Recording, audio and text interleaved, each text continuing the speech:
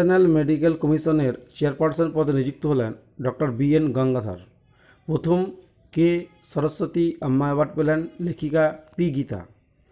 Austrian Grand Prix 2024 জিতলেন British motor racing driver George Russell. নেদারল্যান্ডের নতুন প্রধানমন্ত্রী পদে নিযুক্ত হলেন ডিক স্ক্রুভ।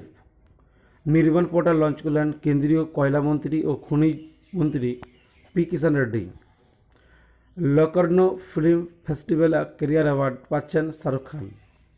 স্টুডেন্ট ভিসা 700 থেকে $1600 বাড়িয়ে করল অস্ট্রেলিয়া। প্রথম ভারতীয় অলরাউন্ডার হিসাবে ICC T20-তে শীর্ষস্থান অর্জন করলেন হার্দিক পান্ডিয়া।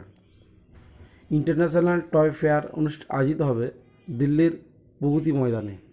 ভারতের সাথে মৈত্রী এক্সারসাইজ 2024 মিলিটারি অনুশীলন শুরু করল থাইল্যান্ড।